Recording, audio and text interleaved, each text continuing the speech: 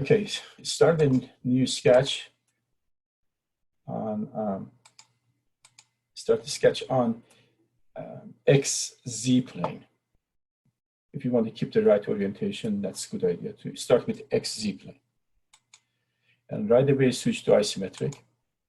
Start with circle tool, sketch a circle. Add the dimension to that circle, which if you look to your handout sheet, you're going to see that is the diameter of this. This is the one I'm trying to start with. 716. This is the major diameter. So I'm going to start with that 716. So just type exactly the fraction format is fine, 716. You don't need to convert to decimal to type. So then you will finish the sketch and extrude.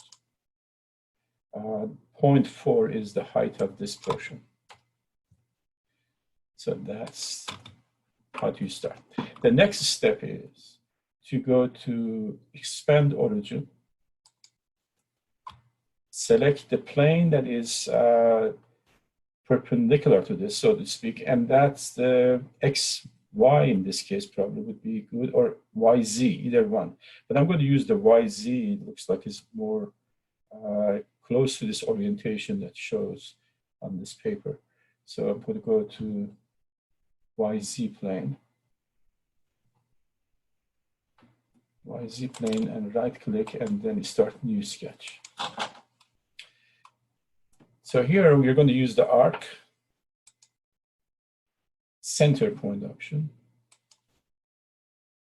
and select an center approximate point here somewhere. Select the point in the middle of the circle pretty much, and then move to approximate position there. Okay, if I look to the isometric view, that's how it's going to look. Okay, so what I did, I center point, approximate point here, and this point and this point. If you don't pick exact point, don't worry, we're going to come back and add some constraint to it. So add the radius dimension. In this case, this is the center line on your drawing that shows center line, which has a radius of 0.6. 0.6. Let me just go back to this view here, and then go back to your sketch again to just look. The one that we are creating is this center line arc, and this is the approximate center point, and the radius is 0.6. Now, to make this one, right now it says 2 dimension needed. Of course, this is free to move right now. I need to constrain these points to be aligned with the center line. I have this point and this point parallel to y-axis. That's what happened here. Okay, let's try to do this one more time. Should work. And now it's 1 more dimension. See, always you have to watch this axis, not this one. That's what happened. This is actually x-axis.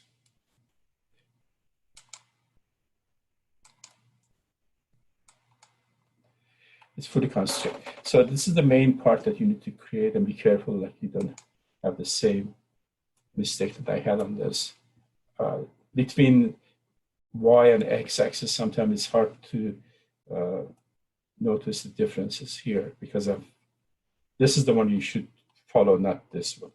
Okay, so this is the main thing. Once you have this sketch, finish the sketch. For sweep loft command, you need 2 sketches. So that's the first one. And the second one, I'm going to pick this face and start a project geometry. Actually, should have done this one first. That would have been much easier, but it's okay. So if I start this one first, would be pick the point quicker. Okay, now let's finish this by finishing this portion by using the sweep command. So for sweep, again, you need 2 sketches. One of the sketch was this arc. Another sketch was this, which I projected geometry. I don't have to redraw that circle. So you have a circle here and you have this arc.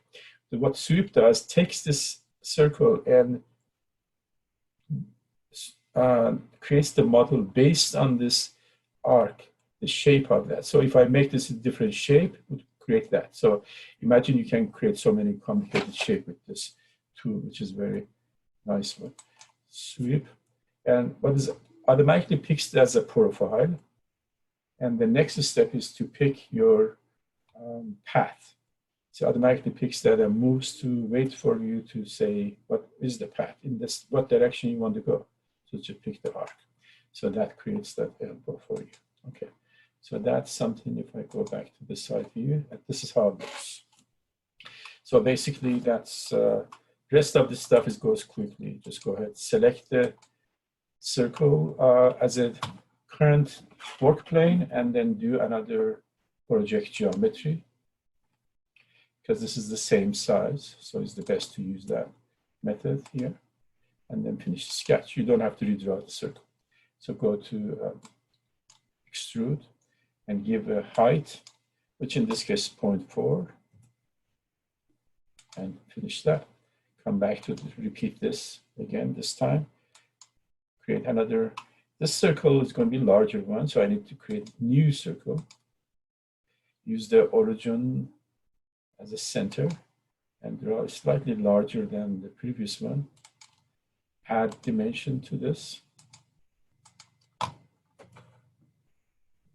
Dimension for this one is 0.9. And if it's not fully constrained because the point that I picked, not quite connected to the origin. So don't worry about that. Just go ahead, select concentric relations and finish the sketch. Extrude. When you extrude in this, make sure that you have two circles here. So make sure you pick the inside one first and then outside one. So you have both of them. Otherwise, you would create a hole if you pick one. And then the distance for this part is 0.2. Repeat this for another circle, using this as a new work plane. This circle is, again, try to pick the center one. If it doesn't, you can add concentric relations.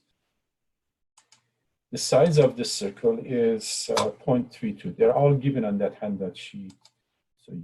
So again, it's very hard to pick that point. So come back, say concentric with this circle. So that is fully constrained. Extrude this one, only this middle one, the small one. And that one, it goes to 0.1. This is what we call them undercut or neck, something that groove created there for some purpose, for assembly purpose. Or sometimes like O-ring or washer goes there. There are different applications for this type of machine part. Okay, let's see. This is basically what we have so far. Now, the last part on this one is the threaded part. We're going to repeat the same thing. So remember, you're not doing the detailed thread. You're going to do simplified. For that, just to create a cylinder shaft, slightly larger. Select the dimension for this one to be 3.8. You can type this 1.375 or just type 3/8. And then again, this needs dimension concentric relations. Between any of this circle would work. And fully constrained. So you have, this one again, be careful when you're extruding the pick the right selections for this one. Extrude, again, pick the inside one and make sure that the outside one is picked also. Looks like it's picked both of them. And then 0.8 is given for length of this thread. All right, that's pretty much completed the model, and that's all it takes. And then, of course, you're going to come back and add the thread. which is what we call them cosmetic thread. Still, I didn't get the same orientation because I picked the, should have been XY for this second one. I put XYZ, so that's okay. You can always get this one in right on drawing mode. Let's see what is left here is this thread. Okay, remember last discussion we had, last meeting, between this thread and versus the one that you created with the coil. This is the one you're going to use in this case. Simpler one. You don't need to worry about this, a standard thread part. Go to select this and select the face, the cylinder. Automatically is going to recognize the size that you drew. It's going to give you the specification that you need. If it's different, you can change them here. In this case, comes up to be the same, 3/8, 16 UNC. Suppose they did not give you the 3/8 would be the same, of course, but 3/8 has several other options. Depends on the number of threads per inch. In this case, we have 16, and the 16 is supposed to be the correct one, and pick that. But if it's not, you can change to different ones, as you see here listed. And this one is UNC, Unified National Course. There are other abbreviations you see here, like Unified National Extra Fine. You have also Unified, just without saying that. So it depends on the number of the thread that changes the precision of the thread. So here's the 16 versus 27 or 32, extra fine. They get closer together. You know, pitch is smaller, the thread is more precise and fine thread. So that's what basically they are. So anyway, that's basically automatically picks for you and say okay. And then this part also threaded. Just click the thread tool again and select this one. This one's supposed to be 7/16 diameter and picks the 7/16, which is again here. It shows the decimal equivalents, and here shows, this is it for English system, they use always fraction for this. So that's what you have, 7/16, 14. I did not change, they're all default. So you can change if there is a requirement. Okay, so that completes your drawing, basically to add the material. And also I do have that here for your reference. And so the material is basically steel and high strength, low alloy. You have that gives you that. And then add the mass and also appearance. This default is still polished. So let's just talk about a few minutes on the couple of the things on the drawing.